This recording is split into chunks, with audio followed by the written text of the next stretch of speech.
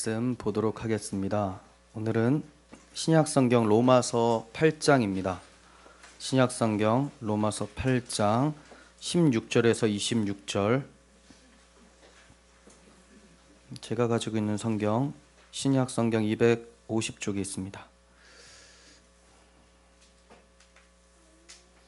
8장 16절을 제가 읽고 다음 절 여러분들 읽으시고 마지막은 합독하도록 하겠습니다. 성령이 친히 우리의 영과 더불어 우리가 하나님의 자녀인 것을 증언하시나니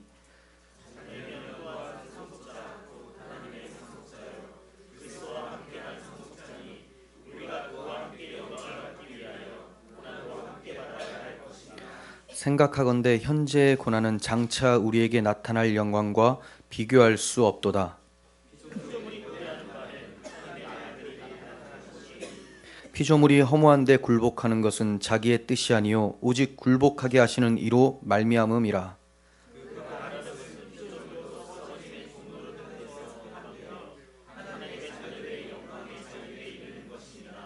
피조물이 다 이제까지 함께 탄식하며 함께 고통을 겪고 있는 것을 우리가 아느니라.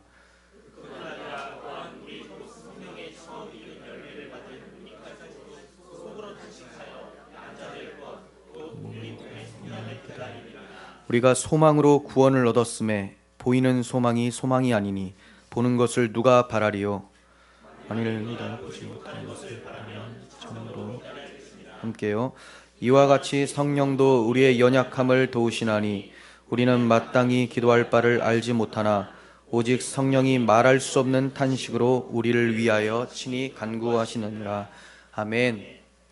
네, 오늘은 고난보다 큰 영광, 고난보다 큰 영광이라는 제목으로 말씀을 전하도록 하겠습니다. 얼마 전에 교회를 한 20년 정도 다닌 여성분을 만났습니다. 그분께서 저에게 질문을 했어요. 왜 바울은 육체에 가시가 있었습니까? 육체의 가시라는 것은 고난을 얘기를 합니다. 왜 바울은 고난이 있었습니까? 하나님께서는 왜 하나님의 일을 하는 바울에게 육체의 가시, 즉 고난을 굳이 주셔서 하나님의 일을 하는데 어렵게 만드셨습니까? 그러면 하나님의 손해 아닙니까? 왜 일을 이렇게 하십니까? 라고 질문을 했습니다. 교회를 20년이 넘도록 다녔음에도 불구하고 이제 정말 다니기만 하신 것 같아요. 여러분들은 어떻게 대답하시겠습니까? 이런 질문 받을 수 있겠죠. 받을 법한 질문이에요. 물론 이제 교회를 안 다녀본 사람들이 해야 될 질문이긴 한데 교회를 다녀본 사람이 이렇게 질문한다는 것이 참 마음이 아프고 좀 안타까운데, 우리는 이러한 질문을 받았을 때 베드로 사도가 얘기를 한 것처럼 우리가 가지고 있는 소망에 관하여 묻고 있는 사람들에게 항상 대답할 말을 준비하라는 말씀을 기억을 해야 됩니다. 항상 우리가 가지고 있는 소망에 관하여 질문을 사람들 합니다. 당신들은 무슨 소망으로 삽니까? 뭐가 당신들에게 소망이 됩니까? 라고 했을 때 대답할 말이 있어야 된다는 거예요. 왜 고난을 허락하십니까? 고린도후서 4장 10절을 봅니다. 우리가 항상 예수의 죽음을 몸에 짊어짐은 예수의 생명이 또한 우리 몸에 나타나게 하려 함이라. 우리 살아있는 자가 항상 예수를 위하여 죽음에 넘겨짐은 예수의 생명이 또한 우리 죽을 육체에 나타나게 하려 함이라. 똑같은 문장을 두 번이나 반복하면서 바울이 대답을 합니다. 그러니까 20년 넘도록 다니셨던 그분이 저에게 한 질문을 바울이 지금 직접 편지에다 쓰고 있는 거죠. 내가 이렇게 예수님의 죽음을 몸에 짊어지는 것, 이렇게 고통스러운 것을 겪는 것은 나의 이 죽을 몸에 예수 그리스도의 생명이 살아 넘친다라는 것을 보여주시기 위함이다 라는 거예요. 하나님께서는 우리가 그리스도의 생명을 짊어지고 있는지 고난을 통해서 우리 스스로 발견하고 위로받기를 원하셔서 고난을 허락하고 계시는 겁니다. 그러니까 내 몸에, 나의 삶 속에 예수의 생명이 있는지를 발견한 자는 아무리 고난이 찾아와도 오히려 그 생명 때문에, 발견한 생명 때문에 기뻐한다는 것을 말씀하는 것이죠. 이뿐 아닙니다. 우리가 세상에 속하지 않고 세상의 원수인 예수 그리스도 안에 속했다라는 것을 나타내시기 위해서 고난을 허락하세요. 세상이 아니라 그리스도에게 속했다라는 것을 나타내시기 위해서 이 점을 예수님의 말씀을 통해 봅니다. 요한복음 15장 18절. 세상이 너희를 미워하면 너희보다 먼저 나를 미워한 줄 알라. 너희가 세상에 속하였으면 세상이 자기의 것을 사랑할 것이나 너희는 세상에 속한 자가 아니요 도리어 내가 너희를 세상에서 택하였기 때문에 세상이 너희를 미워하느니라. 내가 너희에게 종이 주인보다 더 크지 못하다 한 말을 기억하라. 사람들이 나를 박해하였은즉 너희도 박해할 것이요 내 말을 지켰은즉 너희 말도 지킬 것이라. 자, 어떤 말씀입니까? 너희들이 세상에 대하여 박해를 받고 있는 것, 세상이 너희를 박해하는 것 이상하게 여기지 말라. 왜냐하면 너희를 미워하기 전에 먼저 너희의 머리, 너희의 스승된 나를 미워했기 때문에 너희가 내 안에 있으면 당연히 세상이 미워하는 것이다 라는 거예요. 종이 주인보다 더 크지 못하다는 말을 기억해라. 내가 주인이고 너희는 종인데 주인이 박해를 받았다면 종도 박해를 당하는 것이 마땅한 것 아니겠느냐, 이렇게 말씀하고 계시는 거죠. 이게 박해를 준비하고 믿음을 잘 지켜라 라는 그 의도의 말씀이기도 하지만 너희들이 박해받는 것이 놀랄 일이 아니다, 오히려 박해받는 것이 너희가 내 안에 있다라는 증거야 라고 위로의 말씀으로도 우리는 대할 수가 있어야 돼요. 요한복음 17장도 봅니다. 예수님께서 십자가 지시기 전에 이제 하나님 앞에 제자들, 자기 백성들을 가리켜서 기도를 합니다. 그 기도의 내용을 봅니다. 내가 아버지의 말씀을 그들에게 주었사오매, 자, 복음을 자기 백성들에게 주었으니 세상이 그를 미워하였사오니, 그러면 말씀을 받은 자들은 세상이 미워한다는 거죠. 네, 말씀을 받은 자들은 세상이 미워합니다. 이는 내가 세상에 속하지 아니함 같이 그들도 세상에 속하지 아니함으로 인함이니이다. 내가 비옵는 것은 그들을 세상에서 데려가기를 위함이 아니요. 자, 이 말은 세상에서 데려가면 고난 더 이상 안 받는 거죠. 그런 걸 기도하는 게 아니다라는 거예요. 내가 비옵는 것은 세상에서 벗어나서 고난을 피하라고 하는 것이 아니라 다만 악에 빠지지 않게 보존하시기를 위함입니다. 이렇게 얘기를 하죠. 고난 속에서도 악으로 넘어지지 않도록 기도를 하는 것입니다 라고 간구하고 있어요. 내가 세상에 속하지 아니함 같이 그들도 세상에 속하지 아니하였사옵나이다. 자, 그러니까 예수님의 관심은 고난을 피하게 하는 데 있는 것이 아니라 고난 중에 악으로 치우치지 않도록 하는 것이 예수님의 관심이라는 거죠. 왜 이렇게 하시나? 그것이 바로 예수 안에 속한 증거고 예수의 생명이 우리 죽을 육체를 통하여 나타나는 영광스러운 일이기 때문에 그렇다는 겁니다. 자, 이제 하나님께서 왜 자기 사람들에게 고난을 허락하시는지를 대답해 주실 수 있겠습니까?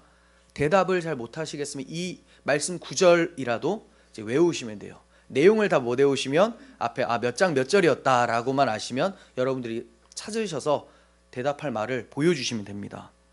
이렇게 하나님께서는 우리의 유익을 위해서 우리가 세상에서 썩어질 존재들이 아니라 하나님의 영광스러운 나라에서 예수의 생명을 가지고 살 하나님의 자녀들임을 나타내시기 위해 고난을 허락해 주신다는 겁니다. 우리가 이러한 지식이 있음에도 불구하고 고난을 마주할 때는 사실상 굉장히 괴롭습니다. 너무 힘이 들어요. 그러므로 사도 바울은 본문을 통해서 고난을 극복하는 방법에 대해서 말씀을 해주고 있습니다. 고난을 피하는 방법이 아니에요. 주님께서도 피하도록 기도하신 게 아니잖아요. 그러니까 바울이 피하도록 방법을 알려준다면 바울은 오히려 주님의 대적자죠. 피하는 것이 아니라 극복하는 방법입니다. 잘 견뎌낼 수 있는 방법. 고난 중에서도 절망치 않고 소망을 두고 믿음으로 넉넉히 이기도록 하는 방법을 본문을 통해 말씀해 줍니다. 그 방법은 바로 우리가 받은 복, 그리고 앞으로 받을 영광을 생각하면서 고난을 이기라는 거예요.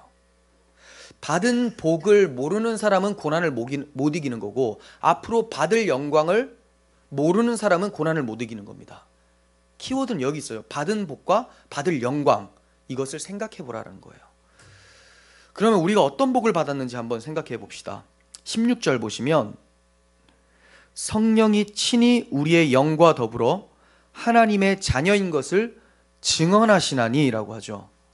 자, 어떤 복을 받았습니까, 여러분?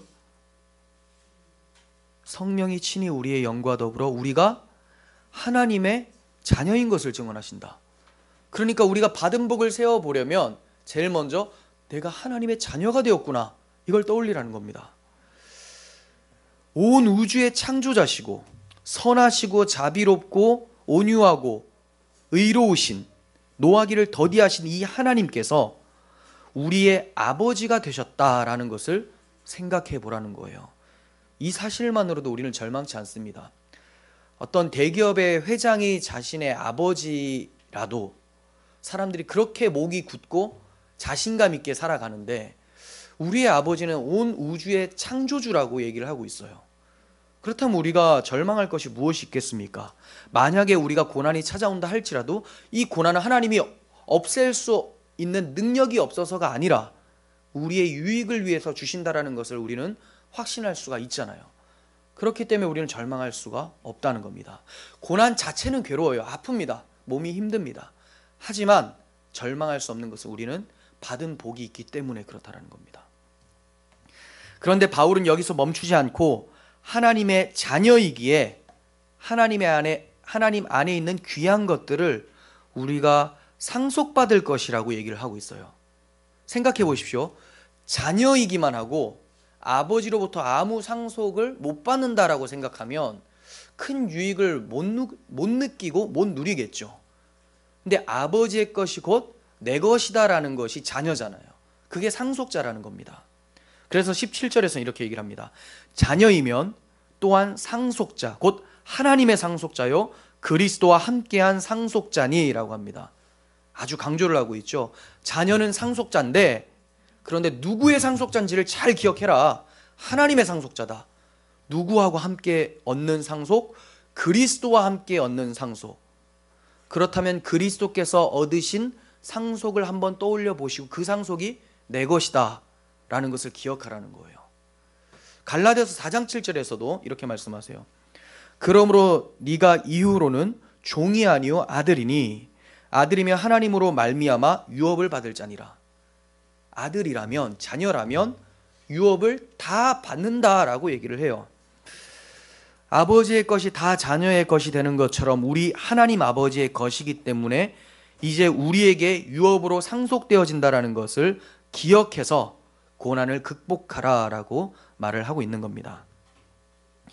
어떻게 지옥의 형벌을 받을 죄인이 하나님의 자녀가 되었고 또 그 자들에게 상속을 주시게 되었는가? 너무 놀랍지 않습니까? 우리가 받을 것은 하나님의 유산을 받는 것이 아니라 지옥의 형벌을 받아야 되는 게 맞죠.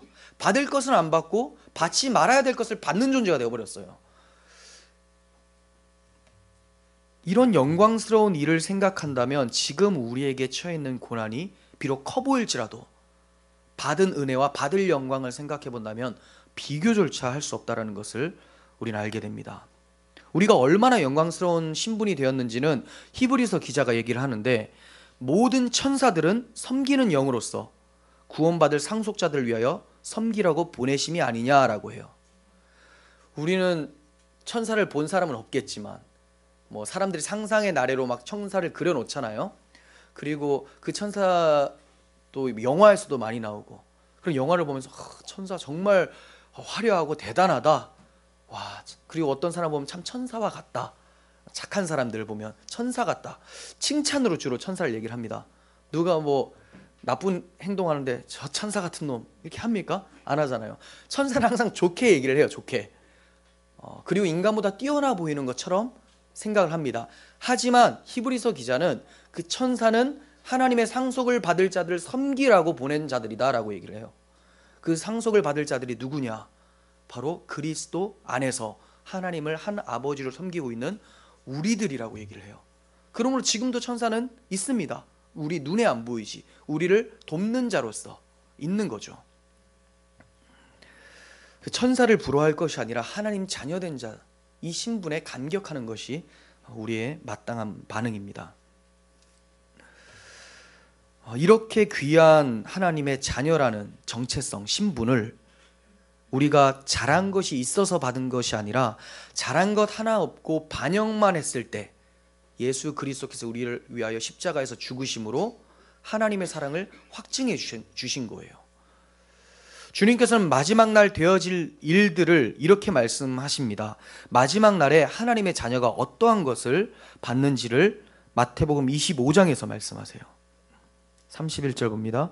인자가 자기 영광으로 모든 천사와 함께 올 때에 자기 영광의 보좌에 앉으리니 모든 민족을 그 앞에 모으고 각각 구분하기를 목자가 양과 염소를 구분하는 것 같이 하여. 자, 여기서 양은 예수 그리스도를 믿는 사람들, 신자들을 얘기하고, 염소는 부정적인 의미로서 불신자들을 얘기를 합니다. 자, 주님이 오실 때 목자이신 주님이 양과 염소를 구분하는 것처럼 양은 그 오른쪽에, 염소는 왼편에 두리라라고 해요. 오른쪽은 권위와 복의 상징이고 왼쪽은 부정적인 상징으로 성경에서는 쓰고 있죠. 34절. 그때 임금이, 예수님입니다, 그 오른편에 있는 자들에게 이르시되, 교회들이죠. 내 아버지께 복받을 자들이여, 나와 창세로부터 너희를 위하여 예비된 나라를 상속받으라. 네, 예비된 나라를 상속받으라. 지금 여러분들이 뭐 가진 게 없는 것처럼 느낄 수는 있어요. 왜냐하면 우리가 지금 가진 것이라고 느낄 때는 눈에 보이는 것만 가진 것이라고 생각하기 때문에 그래요. 하지만 일단 하나님의 자녀라는 신분은 받았습니다. 성경에서 그렇게 증언하고 있기 때문에 그리스도와 한 몸이 된 자들은 다 그리스도와 같은 하나님의 자녀라고 증언을 하고 있습니다. 그러므로 자녀인 것은 받았어요. 하지만 상속은 눈에 보이지 않는 것 같아요. 상속은, 모든 상속은 사실상 언제 받게 됩니까? 마지막에 하나님 나라 들어가서 받게 되죠. 그 영광스러운 상속을 한번 떠올려 보라라고 말씀하고 있는 겁니다. 그리고 이렇게 상속자가 될 우리를 하나님께 기도하면서 믿음을 보존시켜 달라고, 우리의 믿음이 보존돼서 상속 때까지 잘 받을 수 있도록 해달라고 기도하는 예수님의 기도를 봅니다. 아버지여, 내게 주신 자도 나 있는 곳에 나와 함께 있어 아버지께서 창세 전부터 나를 사랑하심으로 내게 주신 나의 영광을 그들로 보게 하시기를 원하옵나이다. 자, 우리가 상속을 확신할 수 있는 건 뭐냐면 예수님의 이 기도 때문이에요. 60억 인구가 다 하나님께 기도한다고 해도 하나님께서 들으시는 사람들의 기도가 있고 듣지 않는 사람들의 기도가 있죠. 어떤 사람들의 기도를 듣습니까? 신자들의 기도를 들어요. 신자들의 기도를 왜 듣습니까? 그들이 기도를 할 때 예수님의 이름으로 기도합니다라고 했기 때문에 듣는 거죠. 근데 예수님의 이름으로 기도합니다 해놓고 예수님이 하지 않을 법한 기도를 한다면 그럼 안 들으시겠지만, 예수님이 하실 법한 기도를 한다면 들으신다는 겁니다. 그러니까 전제가 뭐냐면 예수님의 기도는 반드시 들어줄 테니까 기도하라 이거예요. 근데 예수님이 직접 우리의 믿음을 위해 기도를 했습니다. 주님께서 받으신 그 영광을 우리가 함께 받을 수 있도록 그들의 믿음을 보존시켜 주십시오라고 하면 우리 믿음이 중간에 탈락될 수 있습니까? 없다는 겁니다. 없다는 거. 그러므로 우리가 받을 영광이 너무나 확실하다는 것을 알고 고난을 극복하라는 거예요. 하나님의 영광에 참여하게 될 자가 바로 하나님의 상속자, 그리스도와 함께한 상속자된 우리들입니다. 그런데 바울은 17절 하반절에서 우리가 그와 함께 영광을 받기 위하여 고난도 함께 받아야 할 것이니라 이렇게 얘기를 하고 있어요. 그러니까 영광만 받을 수 있는 것이 아니라 고난도 받아야지만 영광도 온다 이거예요. 사람들은 사실 이 말씀이 탐탁지 않습니다. 기꺼워하지 않아요. 영광만 받았으면 좋겠는데 무슨 고난이냐, 고난은 빼고 영광만 받았으면 좋겠다 이렇게 얘기를 하죠. 근데 그런 방법이 있을까요? 그 방법이 있으면 왜 예수님께서 그 방법을 안 주셨겠습니까? 고난을 받음으로써 영광이 찾아오는 것이 가장 복된 길이기 때문에 그것을 허락해 주셨다는 거예요. 예수님이 영광 받으신 것을 생각해 보세요. 예수님이 가만히 있는데 영광 받으셨을까요? 아니에요. 영광은, 예수님의 영광이라는 것은 뭐냐면 부활을 얘기를 합니다. 예수님께서 부활하심으로 하나님 아버지께 영광을 돌리게 돼요. 근데 그 부활이라는 영광을 경험하시기 위해서는 반드시 뭐가 필요합니까? 죽어야 되는 거죠. 십자가가 필요하다는 거예요. 십자가의 죽음이 없으면 부활이라는 영광도 없다는 겁니다. 그럼 우리가 그리스도와 함께 십자가에 참여됐다, 그리스도를 믿는다라고 하면 십자가가 있으니 영광이 찾아오는 거지, 주님께서 받으신 그 영광만, 마지막 날 우리 몸의 부활을 우리는 영광스럽게 소망합니다. 고난 필요 없고 영광만 소망합니다. 그럴 순 없는 일화가 되는 거죠. 그리스도와 함께 십자가에 죽었으니 주와 함께 사는 것이지, 죽은 적이 없는 자가 어떻게 부활의 영광에 참여할 수 있겠습니까? 그러므로 십자가 없는 영광은 없습니다. 십자가 없는 영광은 없다는 거예요. 영광의 자리로 가는 유일한 길이 바로 그리스도의 십자가라는 것입니다. 고난과 영광 둘 다 받으시겠습니까? 아니면 둘 다 버리시겠습니까? 세상은 이런 물음을 대할 때 나는 다 버리겠다 라고 할 거예요. 하나님께서 주신 영광 필요 없어. 고난이 있다면 나는 내 영광을 내가 스스로 만들어내겠다 이렇게 외칩니다. 하지만 기독교인들은, 그리스도와 함께 십자가에 못 박힌 자들은 주와 함께 고난당하는 것이 나에게 유익입니다. 주님의 생명이 나의 죽을 육체에 나타나는 영광입니다. 그 고난 자체를 영광으로 받아요. 내가 어떻게 주와 함께 고난을 받습니까? 내가 어떻게 주와 함께 십자가를 질 수 있습니까? 구레네 사람 시몬이 골고다 언덕에서 예수님이 십자가를 지고 갈 때 함께 지게 됐습니다. 그 당시는 굉장히 괴로웠겠죠. 하지만 그가 회심하고 나서는 어떤 마음이 들었겠습니까? 나와 같은 자가 그리스도와 함께 십자가를 졌다니, 이런 생각 안 하겠습니까? 하나님의 아들이 고난을 당할 때 내가 그의 고난에 동참할 수 있는 것만으로도 우리에겐 영광이라는 것이 인식되어져야 돼요. 그거는 예수님과 시몬과 또 우리가 한 몸이라는 증거거든요. 그 한 몸이라면 우리의 정체성을 뭐라고 얘기를 할까요? 하나님의 아들, 이렇게 얘기를 하는 거예요. 그러므로 십자가의 고난이 영광이고, 그리고 그 고난이 끝이 아니라 그 고난을 극복하시고 이겨내신 예수 그리스도의 부활에 우리가 모두 참여한다는 사실을 고난을 극복하는 방법으로 바울은 내세우고 있는 거예요. 성령으로 거듭난 자들은 눈이 열린 자들입니다. 눈이 떠진 자들이에요. 다시 말해 가치를 본 자들이라는 거예요. 어떤 가치입니까? 진정한 가치를 본 자들이에요. 진정한 가치. 사람들이 우와 이거 가치 있다라고 하면 딱 봤는데 저는 가치 있어 보이나, 그 안에는 썩었는데, 볼 수 있어야 되고, 보이지 않는 것, 영원한 것들에 대해서 사람들이 생각하지 않고 가치 없다고 여길 때 그걸 볼 수 있는 눈이 바로 성도들의 눈, 성령께서 조명해 주신 거듭난 자들의 눈이라는 겁니다. 그래서 그 예수님께서 비유로 말씀하신 것처럼 천국은 마치 밭에 감추인 보화와 같다라는 거예요. 밭에 보화가 감춰져 있는데 이것을 본 자는 밭을 어떻게 생각할까요? 금밭이다, 이렇게 보는 거죠. 그래서 모든 자기의 소유를 다 팔아서 그 밭을 반드시 삽니다. 하지만 보화를 보지 못한 자들, 눈이 떠지지 않은 사람들은 그냥 밭이나 하고 지나간다는 거예요.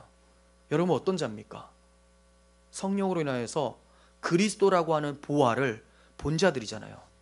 성령께서 그 눈을 뜨게 해주지 않으시면 예수께서 보화로 보일까요? 아니요. 신성모독한 이단의 앞잡이로 본다는 거죠. 패배자로 본다는 거예요. 십자가에서 죽은 힘없는 자. 하지만 성령을 통하여서 거듭난 자들은 눈이 열리는 거예요. 저분이 바로 우리를 위해 구원하러 오신 예수 그리스도 하나님의 아드님이시다, 이걸 알게 되는 거죠. 그럼 그 보화를 위해서 우리의 모든 것을 다 내어놓고 그분을 사게 되는 거 아니겠습니까? 그 사는 과정이 바로 자기 부인입니다. 회개입니다. 하나님 내 거 다 배설물로 버리고 오직 그리스도만 보화로 영접하겠습니다라는 그 마음, 그게 바로 눈이 열린 사람들의 모습이에요. 이렇게 그리스도를 사게 되면 무엇을 사게 됩니까? 그리스도의 생명을 사게 됩니다. 그러므로 그리스도의 생명을 가진 자들은 영생하게 된다고 성경은 얘기를 하는 거예요. 그래서 바울은 생각해보라라고 권면하고 있습니다. 생각해봐라, 생각해봐라. 18절 생각하건대 라고 하죠. 생각하건대 현재의 고난은 장차 우리에게 나타날 영광과 비교할 수 없도다. 사람들의 눈은 지금 나타난 고난에만 많이 초점을 둡니다. 그리고 그래도 좀 진취적인 사람들은 이 고난 너머에 앞으로 한 몇 년 후에는 좋을 날이 오겠지라고 하는 약속 없는, 기약 없는 것을 소망으로 바라보고 있어요. 올지 안 올지 몰라요. 근데 뭐라고 합니까? 내가 그렇게 생각하면 올 거야. 스스로 돕는 자는 하늘도 도우시니. 성경도 아니고 그냥 스스로 마인드 컨트롤. 근데 한 1년, 2년 지났는데도 뭐가 안 와요. 절망하면 또 긍정적인 사람들, 그럼에도 죽기 전에는 반드시 올 거야. 죽기 전에 올 수도 있고 안 올 수도 있어요. 하지만 더 문제는 죽음이 끝이 아니라는 거죠. 자, 죽었습니다. 그럼 뭐가 옵니까? 심판이 온다라는 데 문제가 있는 거예요. 심판. 하지만 성도들은 현재 고난을 보는 것이 아니라 현재 고난 넘어 모든 일을 주관하시는 하나님의 손길, 섭리를 보게 되고 또 하나님의 약속을 보게 됩니다. 이 세상에서 하나님께서 주시는 복들, 세상적 복들이 없다 할지라도 넘어서, 저 세상에 넘어서 영원히 사라지지 않는 그리스도의 생명에 참여하게 된다는 것을 아는 자들은 고난을 극복할 수 있다는 겁니다. 이어서 바울 사도는 우리만 고난받는 것이 아니라고 말씀하고 있습니다. 우리만 고난받는 것이 아니다. 22절이에요. 피조물이 다 이제까지 함께 탄식하며 함께 고통을 겪고 있는 것을 우리가 아느니라. 우리는 우리만 고난당하는 줄 알았는데 피조물들도 함께 고난당한다고 바울이 얘기를 하고 있죠. 그러니까 왜 나만 힘들어서 이렇게 고통스러운가? 왜 나한테 이러시는가?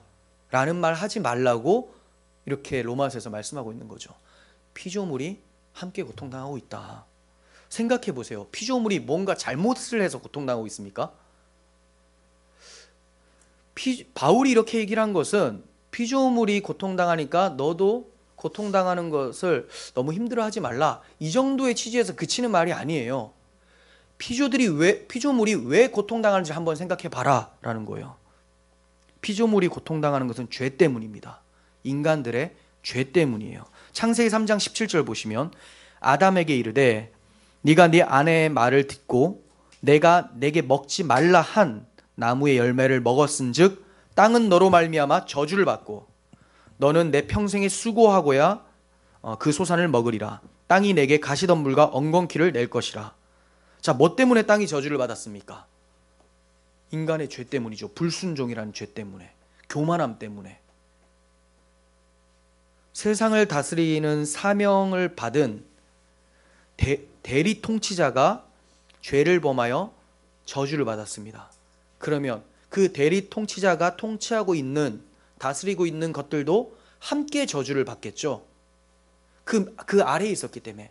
아담에게 생육하고 번성하여 땅에 충만하라, 모든 것을 다스리라고 명령을 해주셨어요. 근데 아담이 타락을 해버렸습니다. 그럼 아담이 관리하고 있는 그 안의 것들도 다 함께 타락을 하게 되는 것이죠.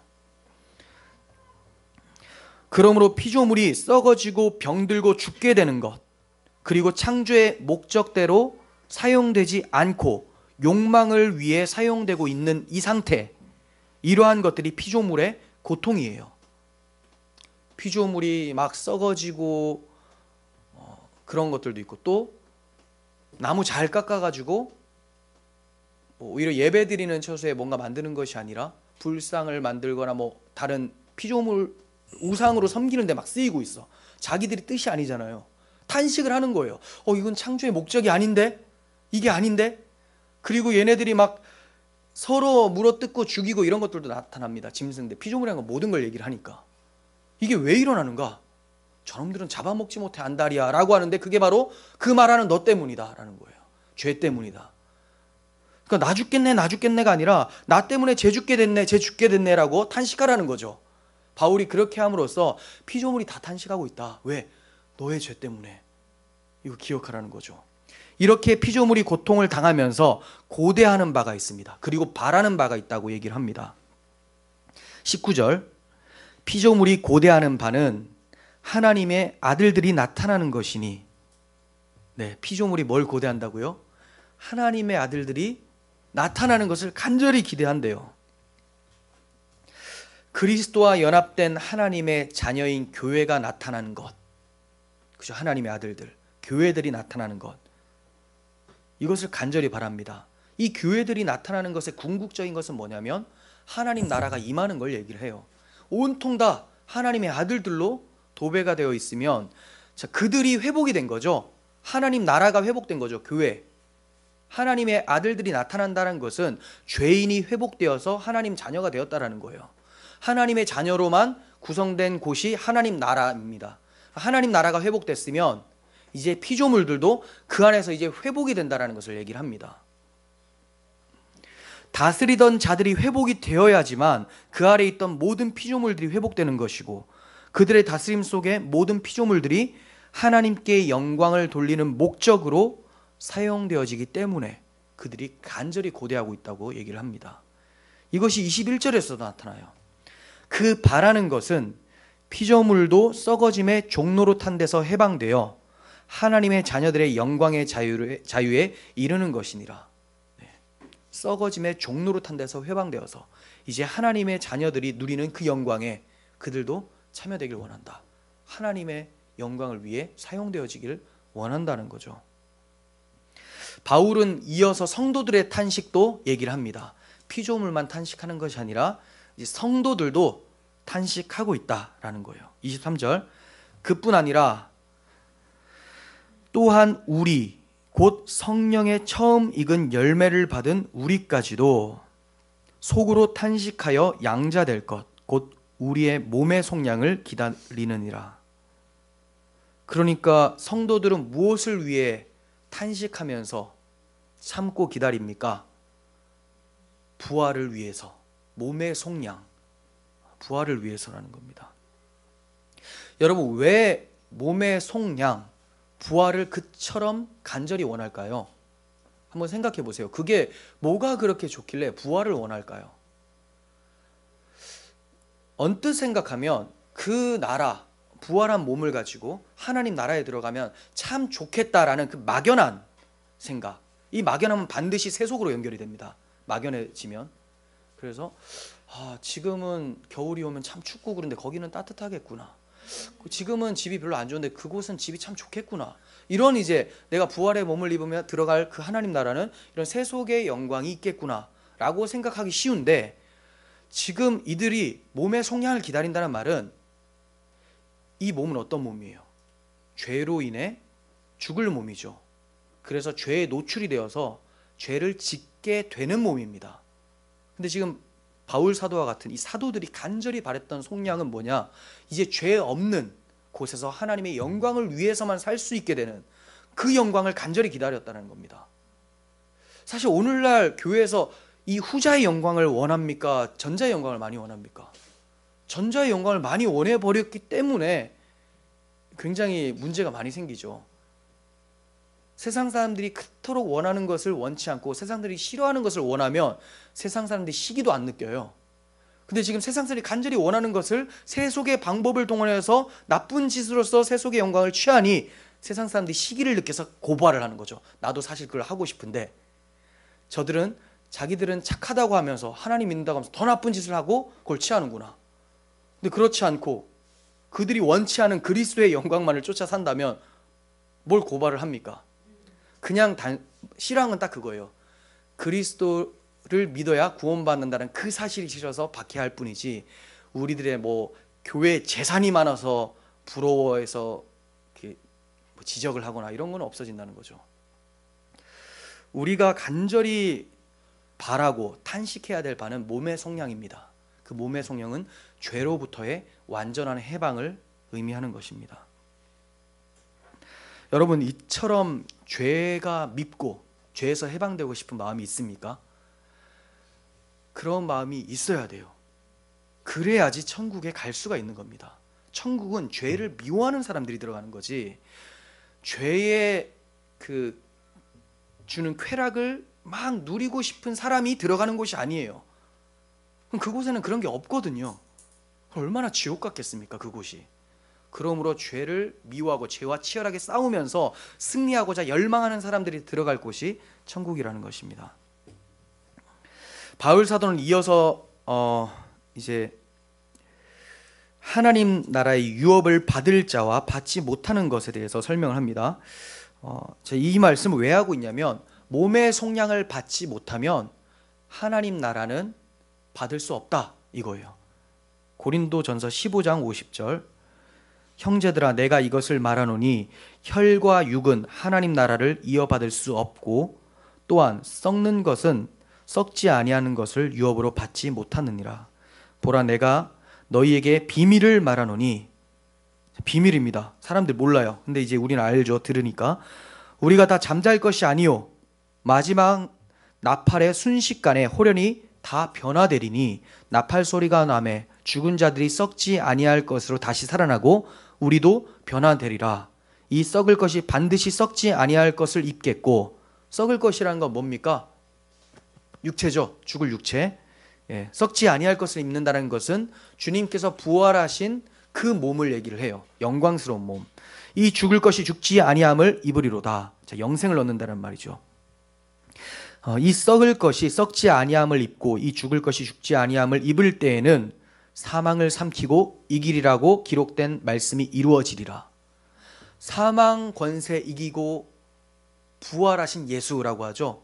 부활이 바로 사망 권세를 이기는 건데, 우리가 썩지 아니함을 입을 때, 그 몸을 입을 때 우리는 이제 사망과 상관없는 자들, 사망을 이긴 자들로서 생명의 나라로 들어가게 된다는 것을 얘기를 합니다. 근데 이게 비밀이래요. 이렇게 뻔히 알려줬는데, 그쵸? 왜 비밀입니까?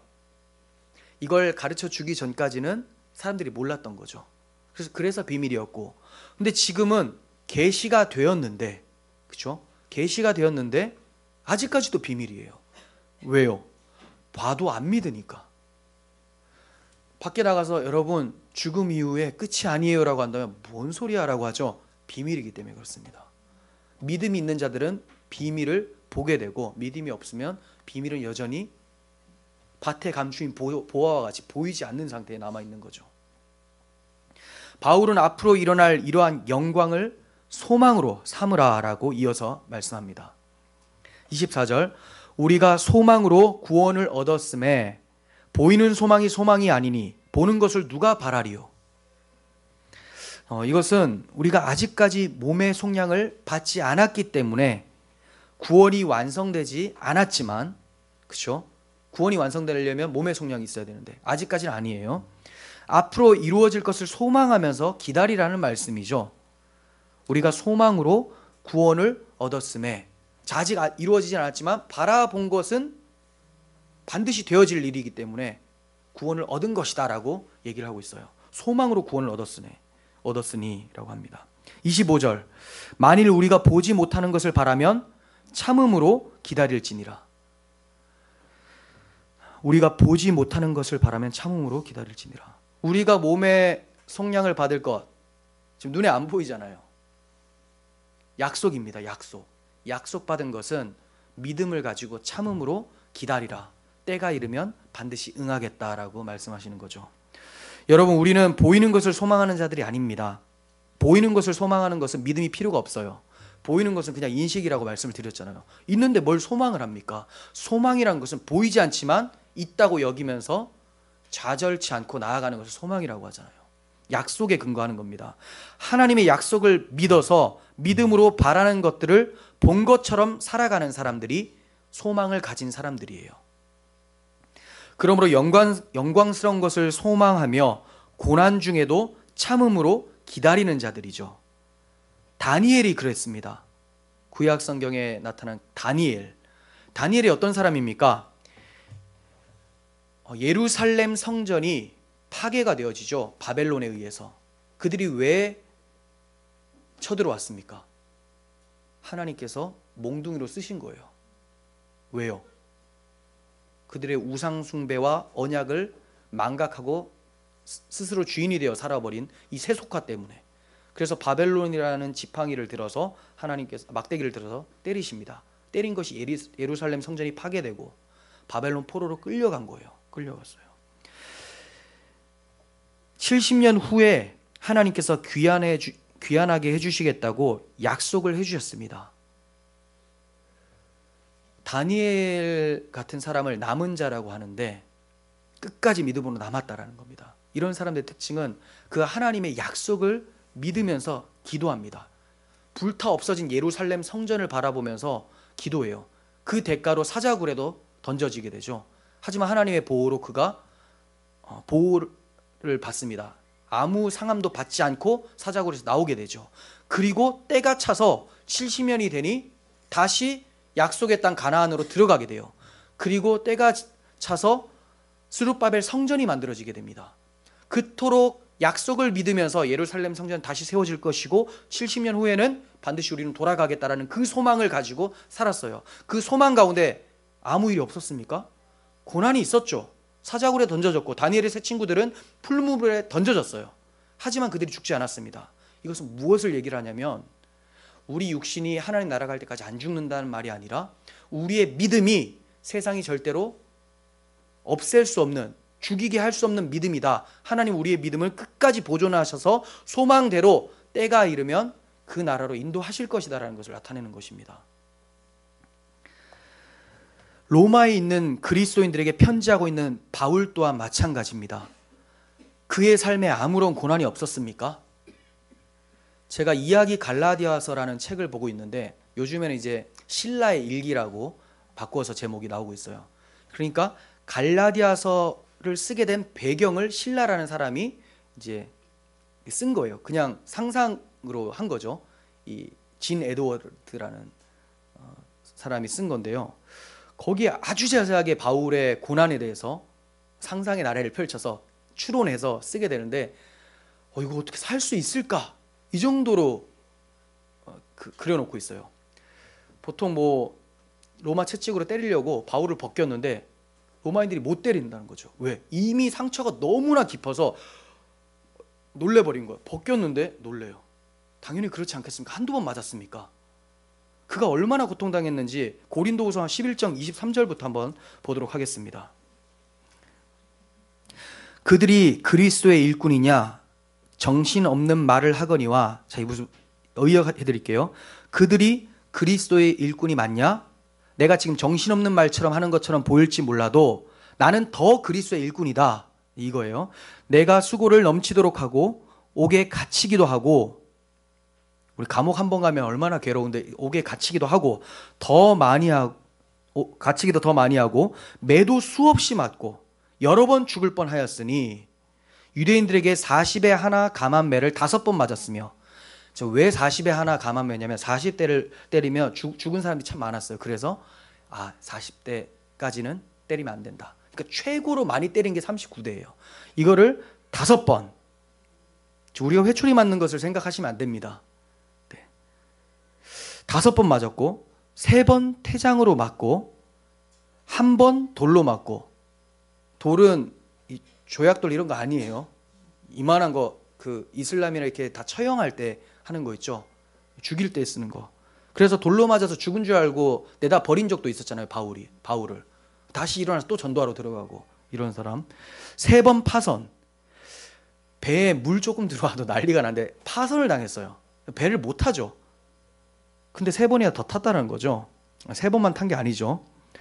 일주야를 깊은 바다에서 지냈으며, 이것도 이제 자세하게 그 책에 보면 나오는데 하나도 보이지 않고 깜깜한 상태에서 풍랑이 계속 치는 것을 경험하면서 먹었던 거 다 토하고 막 식량 다 버리고 이랬던 내용들이 나옵니다. 여러 번 여행하면서 강의 위험과 강도의 위험과 동족의 위험과 이방인의 위험과 시내의 위험과, 도시죠, 광야의 위험과 바다의 위험과 거짓 형제 중에 위험을 당하고, 그러니까 한마디로 보는 모든 사람들이 적이었다라는 거예요. 그리고 당하는 모든 환경이 심판과 같았다라는 거죠. 오죽하면 우리를 끝자락으로 놓은 것 같다, 하나님이 우리를 만물의 찌꺼기처럼 만들어 놓은 것 같다, 이렇게 얘기를 하시잖아요. 27절, 수고하며 애쓰고 여러 번 자지 못하고 줄이며 목마르고 여러 번 굶고 춥고 헐벗었노라. 이 외에 일은 고사하고, 자, 여기가 이제 최고인데, 이 외에 일은 고사하고 아직도 날마다 내 속에 눌리는 일이 있으니 곧 모든 교회를 위하여 염려하는 것이라. 이게 반전입니다. 이게 제일 중요한 거예요. 그 앞에 우리가 지금 읽으면서 얼마나 괴로웠습니까? 이게 살까? 어떻게 이렇게 살까? 그런데 지금 바울은 이거 맞은 것보다 더 고통스럽고 힘든 게 있다. 교회가 이단에 넘어갈까봐, 복음을 잃어버릴까봐 염려하는 게 더 괴롭다, 이렇게 얘기를 합니다. 이게 바로 소망을 가진 자들의 모습이라는 거죠. 소망을 가진 자들은 지금 당하는 환난을 환난으로 보지 않고 오히려 영광스러운 것을 놓칠까봐 염려하는 것을 진짜 환난으로 여기는 것입니다. 저는 저를 비롯한 모든 형제님들이 또 자매님들이 이 바울과 같이 가장 염려하는 것이 교회가 무너지고 믿음에서 탈선하는 것이 가장 두렵다라고 여기면서 교회를 위해 기도하는 우리들이 되었으면 좋겠어요. 그가 어떻게 이처럼 고난을 이겨낼 수 있었을까요? 이런 고난을 어떻게 이길 수 있었을까요? 하나님께서 약속하신 상급, 의의 면류관을 바라봤기 때문에 다른 박질을 그치지 않을 수 있었던 거예요. 디모데후서 4장 7절입니다. 나는 선한 싸움을 싸우고 나의 달려갈 길을 마치고 믿음을 지켰으니 이제 후로는 나를 위하여 의의 면류관이 예비되었으므로 주 곧 의로우신 재판장이 그날에 내게 주실 것이며 내게만 아니라 주의 나타나심을 사모하는 모든 자에게도니라. 네, 바울은 주님의 약속하신 영광스러운 면류관을 받던 겁니다. 한마디로 이 관을 받겠습니까? 주님의 영광스러운 그 모습을 나도 유업으로 이어받을 것이라는 것을 생각하면서 달려갔다라는 거예요. 그런데 자기만이 아니라 나와 함께한 주를 사랑하는 모든 자들에게 이것을 주신다라는 그것을 바라보고 달려간 거예요. 그러므로 자기의 신앙만 지킨 것이 아니라 교회의 신앙까지도 목숨을 걸고 지키기로 작정했었던 사람이라는 거죠. 여러분, 우리가 당하는 고난 피해가는 것이 아니라 극복해야 됩니다. 그 극복하는 방법을 주님께서 주셨습니다. 능력을 주셨어요. 그러므로 우리는 잘 믿음으로 이겨낼 수 있어야 됩니다. 그러나 이렇게 선한 싸움을 싸우고 믿음을 지키는 것이 바울 자신의 힘과 노력이 아니었다라는 것을 본문을 통해서 가르쳐 줍니다. 우리가 믿음 잘 지키고 하나님 나라 가면 하나님 저 믿음 너무 잘 지켰지 않습니까? 이렇게 생각이 될 수도 있는데 바울은 그런 생각을 하지 말라고 뭐라고 얘기를 하고 있느냐? 26절. 이와 같이 성령도 우리의 연약함을 도우시나니 우리는 마땅히 기도할 바를 알지 못하나 오직 성령이 말할 수 없는 탄식으로 우리를 위하여 친히 간구하시느니라. 그러니까 바울은 지금 너희는 마땅히 기도할 바를 알지 못하나 이렇게 얘기를 하지 않고 우리는 마땅히 기도할 바를 알지 못한다라고 합니다. 그 말은 나는 기도조차 할 수 없는데 성령께서 말할 수 없는 탄식으로 기도해 주셔서 예수의 기도죠. 그 기도의 응답으로 내 믿음이 지켜졌다라는 거예요. 그래서 그 의의 면류관을 얻을 수 있게 되었다. 디모데후서에서는 이렇게 얘기를 하는 거죠. 여러분, 우리가 비록 연약할지라도 우리 연약함을 누구보다도 잘 아시는 하나님께서 가장 강력하신 의의 왕 예수 그리스도의 영을 우리에게 부어주셨어요. 그분께서 쉬지 않으시고 우리를 위해 친히 간구하고 계십니다. 그분의 하시는 일은 그거예요. 우리의 믿음을 적용시켜 주시고 보존하시고 포기하지 않도록 견인하시는 것, 그것입니다. 그러므로 우리는 담대할 필요가 있겠죠. 두려워 떠는 것, 근심 걱정이 많은 것, 이게 불신이라는 이유가 바로 이거예요. 성령께서 말할 수 없는 탄식으로 간구하시는데 무슨 일이 나면 아무것도 아닌데 막 호들갑. 세상 사람도 호들갑 하지 않는 것에 대해서 호들갑. 우리는 누구나 다 호들갑 떠는 것을 아무렇지 않도록 풍랑이 이는 바다를 주님께서 걸어가신 것처럼 잠잠하게 하시고 그렇게 갈 수 있어야 되는데 돌멩이 하나 탔을 때 물 튕겨가지고 이게 어떻게 믿음입니까? 성령은 말할 수 없는 탄식을 우리의 믿음을 위해 간구하세요. 우리가 당하는 시험과 고난은 비록 커 보일 것처럼 보이지만, 큰 것처럼 보이지만 사실은 감당할 만한 시험입니다. 감당할 만한 시험. 생각해 보십시오. 우리 아버지께서 자녀인 우리를 양육하시는데 장애물을 두실 때가 있어요. 걸음마 잘 걸으라고 장애물을 두실 때가 있겠죠. 넘어지면 일어나라고. 넘어지면 사망하는 것을 두겠습니까? 넘어질 때 앞에 못 하나 갖다 놓고 이렇게 걸어봐. 아장아장 우리가 걷고 있을 때 그렇게 하시겠어요? 넘어져도 뭐가 있습니까? 매트가 있는 거죠. 매트. 넘어갈 만한 걸 두지 아예 요만한 애한테 이만한 장애물을 두겠습니까?